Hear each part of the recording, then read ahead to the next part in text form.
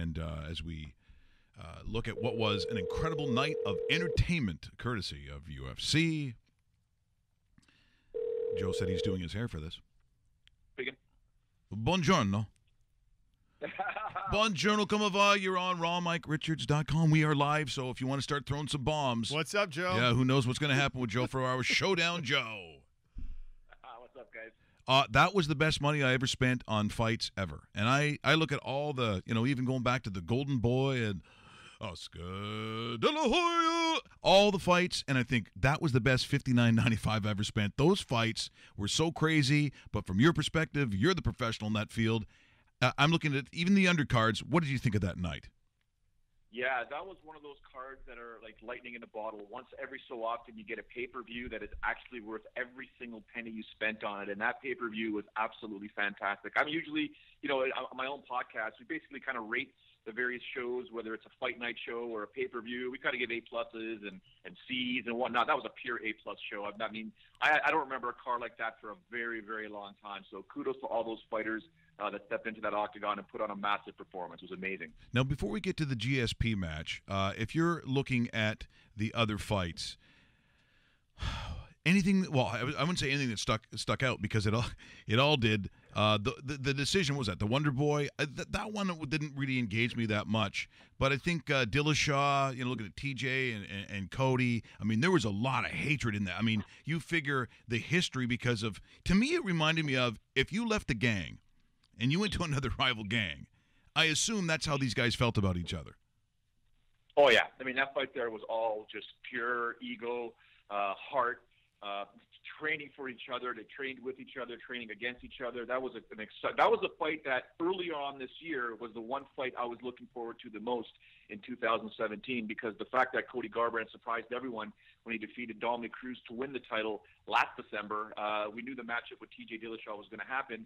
Unfortunately, they did it via the Ultimate Fighter to try and promote it, and then Cody had the back injury and surgery and whatnot, so it got delayed. But it was the one fight in 2017, bigger than the George St. Pierre Michael Bisping fight, that I was looking forward to the most, and it lived up. I mean, it was only 2 rounds, but my goodness, those guys threw bombs at each other, sort of threw technique out the window. I mean, it was technical per se, but that was definitely the fight I was looking forward to in 2017. But the one fight that stood out the most for me by far was Rose Namajunas defeating Joanna Jędrzejczyk. She had no shot. She had no chance, 0 chance of winning that fight pretty much, and shocked the world, considering all the stuff that Joanna does to get into her opponent's heads, talks all that trash, tries to get in there mentally, and Rose just took it in stride.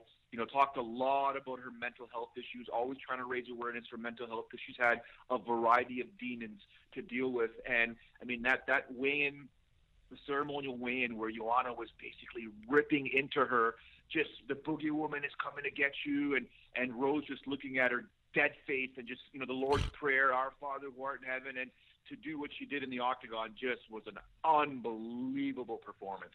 Yeah, it certainly was. Hey, Joe, great talking to you this morning. When you look at that GSP fight, and Mike was kind of talking about how we'd like to break it down a little bit. When you saw GSP on top of Bisping, and it looked like a combination of fist elbow, about 18 of them, are you surprised the fight wasn't called before the actual choke happened just seconds later? No, I'm not surprised. I'll tell you why, David. Michael Bisping's a champion. Michael Bisping's been around for a long time. Big John McCarthy, best referee. He's the one that created refereeing and pretty much the unified rules of mixed martial arts. He will always give benefit of the doubt to the champion. Now, remember, before that, Michael Bisping was, he had George St. Pierre in his guard, and he split him open with those elbows. So John's paying attention to that. And the one thing that John will always, I've been certified under John for quite some time. The one thing he always does, and he tells referees all the time, get in there and take a look at the opponent's eye, or take a look at the fighter that's defending, look into his eyes. Is he defending himself? Because there's going to be times when he has to hold on to try and get his wits about him. And Michael was doing that, but George was landing those bombs to the point where Michael still was able to push him off. George moved the legs over, got his back, locked in the choke. At that point there, Michael wasn't defending. You have to defend the top arm to bring it down, to alleviate the pressure on your neck before you start protecting your neck at the same time. Wasn't able to do it, fight over. We're in conversation with Joe Ferraro, Showdown Joe, here on rawmikerichards.com. Also, make sure you watch on the dedicated YouTube channel and subscribe. And looking at that fight, the moment that George walked out there, and he did. He walked out there. There was a lot of poise. There was a lot of calm for a guy who's missed 4 years. But he also, Joe, I've personally have never seen him that big. He was carrying some pretty significant mass for him. And you know what? It just really didn't seem to bother him. And if you didn't know any better and you were sort of a third-party observer who had, sort of no skin in the game or wasn't familiar even with the event, if you looked from the very beginning, who did you really think the champion was? Yeah, no, very true, very true. I noticed a difference with George. I noticed he was a little bit slower. His head movement wasn't really there. His speed, and again, let's be honest, guys. 4 years away from the game, it's going to take some time. But he looked a little, I wouldn't say awkward, but a little slower because that's a lot more muscle to be carrying on a frame that he's used to cutting down to 170 pounds. Didn't really have to cut too much to get up to 185 pounds. So to me, as an observer who's known George since he was, oh my goodness, 21 years old, I guess, I was like, ooh, that's a lot of weight to be carrying. But, against Michael Bisping, you got to be smart. You got to be, cerebral as always. But it did look a little awkward to me. But he's shown, man. He did very, very well. My concern was, he was getting split up in round number 2. Yeah. At the same time, he was slowing down. I thought to myself, my goodness, this could be a 25-minute fight because unless you hurt Michael Bisping and put him in a position to really defend himself, Michael Bisping will keep coming at you for 25 minutes strong. So there was a concern for me as I was watching that second round unfold. Lo and behold, he lands that one hook, that left hook there, drops Michael, lights out, game over. So I was a little concerned, Mike, not going to lie to you as well, Dave. Yeah. I was worried for George the whole time heading into this fight, watching it unfold the way it did in the second round. I was kind of sitting there going, oh, boy, this is not going to look good for George, but he always has a way of surprising us. Yeah, he certainly does, and he did in that fight Saturday night at MSG. So everybody's talking about what's next, because this was such a fantastic show, this display for GSP, and they want to know what's next. So the rumors are it's the Chosen One coming up next. Does that make the most sense for GSP to fight a Tyrone Woodley, or would you like to see something else? And obviously, this probably isn't going to happen anything earlier than spring of 2018, I would guess. Well, I paid very close attention to the post-fight interview with George. All right. So leading up to the fight, he made it crystal clear that in the contract, it is written there that he has to defend the middleweight title against the current interim champ, Robert Whittaker. Robert Whittaker was there in attendance, smiling ear to ear, knowing that, the opportunity to fight George St. Pierre, massive payday. But in the post-fight interview with Joe Rogan, George never addressed that. George said it's, greatest day of his life, biggest win of his career, yada, yada, yada, dream come true, never answered the question as to what's next, what is he going to do. And I've maintained for a very long time that if George does win this title, it's more to me, not just money, it's a legacy fight. The fact that now he's one of 4 people ever in the UFC to win belts in 2 different weight classes. He joins Conor McGregor, Randy Couture, and BJ Penn. Will he want to defend against Robert Whittaker? Well, I don't want to see that fight. I think Robert Whittaker hurts George St. Pierre big time. I don't know if he wants to do that. Do I see him wanting to cut down to 170 pounds? Well, that's where he was the champion for the longest time. Tyrone Woodley would love that fight as well. Huge payday for him. But if George is looking for a payday, one fight that's going to say, you know what, I'm done, a legacy fight, a true legacy fight, can he cut down to 155 pounds? Because if he can, if he's able to do it, if he's given the opportunity, it's Conor McGregor. No. I can't. For 6 months plus, man. I'm afraid of that fight simply because I am torn. I like both guys. I don't want to see it. Welcome to my world, Mike. Oh, that's brutal. That'd be terrible. Oh, yeah, but that is going to be. I mean, because you pick the venue. It gets filled. And I would assume at some point that Conor probably wants to fight in Dublin.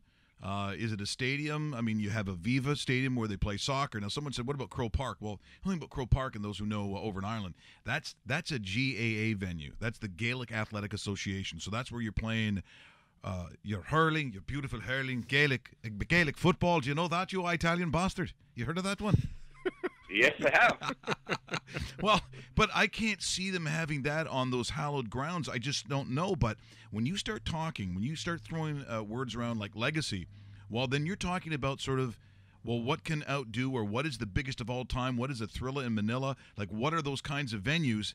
Well, then maybe you are talking, the 80, 90,000 people or whatever it would be. But you know what? I'd be torn, Joe. I don't know what I'd do if those two fought.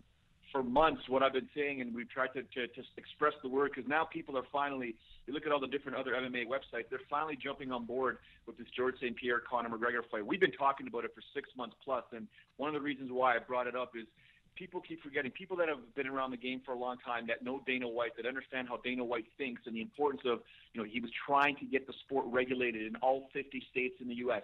He wanted to get New York State. It was the final one. He wanted big fights at Madison Square Garden. But the one thing he constantly says that people keep forgetting and that they just don't pay attention to it is that relationship with Jerry Jones. They want something to get done at Dallas Cowboy Stadium. Yeah.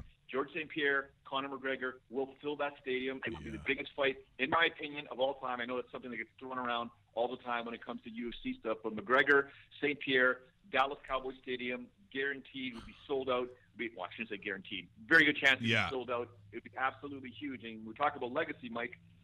George wins that title, the first ever to win belts in 3 different weight classes. Walk away from the sport, probably makes $100 million. See you later. I'd go to that fight. I would pay money to go to that fight in Dallas. And I like Dallas anyways, because I get really dirty when I go to Dallas. But I would go to Dallas and definitely watch that. I'd be so torn because they're both two of they're my guys. It would be almost nightmarish to see how that would turn out. Now, was he 188 on Saturday? What was the weight that George was carrying? He weighed 184.6, if I'm not mistaken. So come Saturday night, he was probably close to about 200 pounds. It was close. So he'd have to drop, 155.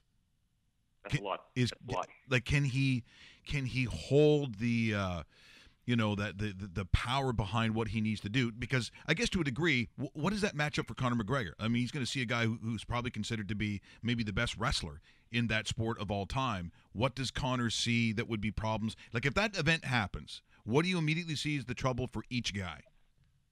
Well, immediately for George St. Pierre is Conor's speed. He's a southpaw. He's younger. He's going to be much faster than George St. Pierre. George would have to scientifically be able to slowly get that muscle off while still keeping muscle, getting rid of the big water-based muscles and slowly starting trimming down to get down to be able to cut to 155 pounds. I mean, even him in his camp, even Faraz Zahabi, his head coach, has said he can make 155. It just takes time.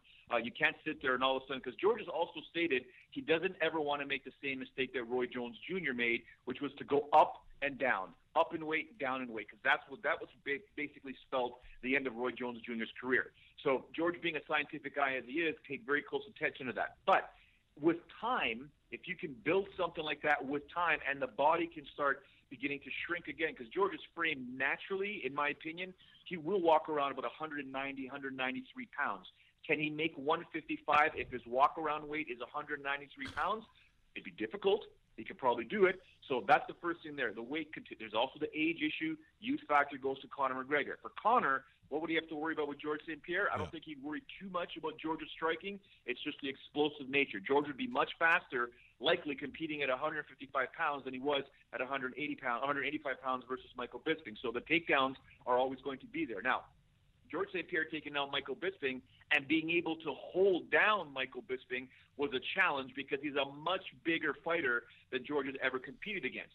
George taking Conor McGregor down and holding him down, technically speaking, would be easier. I know it's superficial, but it would be easier. Right. Conor does have the skills to get up, use the cage and stuff like that, depending on where the takedown takes place and where they end up on the mat. So it is one of those very, very simple. George gets that fight down on the ground. He will do his best to control Conor McGregor and make him pay the way he made Michael Bisping pay or all his other opponents.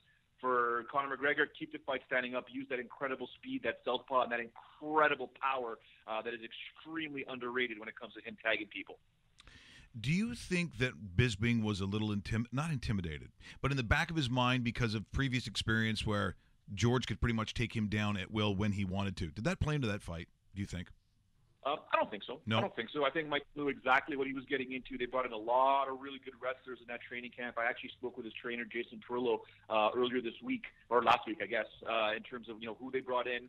So they knew. They know George St. Pierre, and he was mocking him throughout all the different press conferences and whether on the phone or in person. They said, look, I know what George is going to do. He's going to take me down. I'm just going to get right back up. He's going to take me down and get right back up. So you can actually see one of the beautiful things, technically speaking, that Michael Bisping did in that fight was nullify what George St. Pierre does very, very, very well. He's in somebody's guard, and he's able to trap the right leg with his right arm, and as he does that, When he pushes down, guys, he snaps his right leg over, so he goes from guard to half guard. So he's able to just pass that. Michael was able to nullify that 3 or 4 times. Every time George tried, Michael had the answer. So I think Michael was ready. He was ready for the takedowns. He was ready to get the fight back up. He was ready to deal with anything that George St. Pierre did.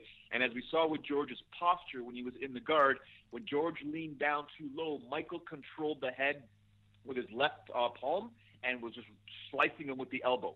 That's what you do when someone is too high or has their weight too far forward. You make them pay with the elbow. And I think a lot of people are going to learn from that. A lot of fighters are going to learn from that technique and use it more often in mixed martial arts because it works very, very well. It's legal. You're allowed to hit somebody with your elbow in guard. So if the guy wants to take me down and punish me that way, I'm going to punish him back. So in those exchanges, it was actually Michael. It was Michael Bisping that was winning the ground battle on his back and not George St. Pierre. This, again, was before George actually knocked him down and made him pay afterwards. So in terms of Michael himself, I think he was more than ready for what George was bringing in terms of the wrestling game. Well, UFC 217 was a fantastic night of entertainment. I know it's not everyone's cup of tea. I think some people would see, George's face all covered in blood and probably vomit. The fact is, you knew that he wasn't over. I mean, it was just, to me, it was about, my concern was his eyesight. As it dripped into his eyes, like how that going to affect him. But that was a heroic performance. He was so humble and so quintessential George during the post-fight with Joe Rogan, where I know he didn't want to swear, but he kind of did. It was very funny. But boy, he's class all the way. And I gotta admit, that was one of my really, truly enjoyable nights. Myself and my son watching that pay-per-view. And what comes next for some of these fighters, I guess, remains to be seen. Even for Joanna Jędrzejczyk, like what does she do now? Because she was crushed. She was crying. She was devastated. Yeah, I mean, Johanna's that we were talking about that on the post-fight podcast, trying to figure out exactly. Oh, by the way, with George St. Pierre, I tweeted out right after that interview with Joe Rogan. I mean, typical Canadian, guys. Come on. Yeah. How many times did he say "I'm sorry" in that interview? I mean, I know. That's what we would do. All we ever do as Canadians is apologize. I'm sorry. Yes, sir. So George, you guys all look like proud Canadians apologizing for winning and then apologizing for swearing. So yeah. Good on George for that. But with Joanna Jędrzejczyk, what does she do next? I don't think she gets that rematch, despite many of us considering her the greatest woman to ever compete in mixed martial arts. She got destroyed. You don't get a rematch when you get destroyed. So the opportunity now to either A, have a fight in the division, one fight, emerge victorious, get your title back or get a title shot again, or B, the 125-pound weight class is about to be introduced next month. So the women's flyweight division is going to be introduced next month. She's already been someone that's talked about, hey, you know what, I want to move up. I want that title as well. So the opportunity for her to compete in 2 different divisions is right there. In terms of what's next, it's whatever she wants. If the ego is in charge, she goes back and wins the title or tries to win the title against Rose Namajunas by winning one more fight. Or she doesn't want to do that, go up, win that 125-pound title, start defending that one there. So there's a lot of options for her right now, despite the fact that she's going to be dejected. She's depressed right now. That's natural. A lot of fighters go through that when they lose. That's just normal. So give her some time. She'll figure it out. She'll go back and realize, this is what I did wrong and stuff like that. I just think that, one thing that UFC 217 taught me, guys, is, every so often we get these events where a lot of fighters are served humble pie. Humility in martial arts is extreme. It's very, very important. And the 3 champions that were talking trash and really ripping into their opponents got lessons learned. Hey, Joe, grazie mille. Thank you so much for this morning. Amazing job as always. We'll talk to you again real soon, my friend. Thanks, guys. #Mint. Love it, guys. Ci vediamo. There's Joe, our good friend. Showdown Joe doing a great job, as he always does. What? We just become best friends? Yep.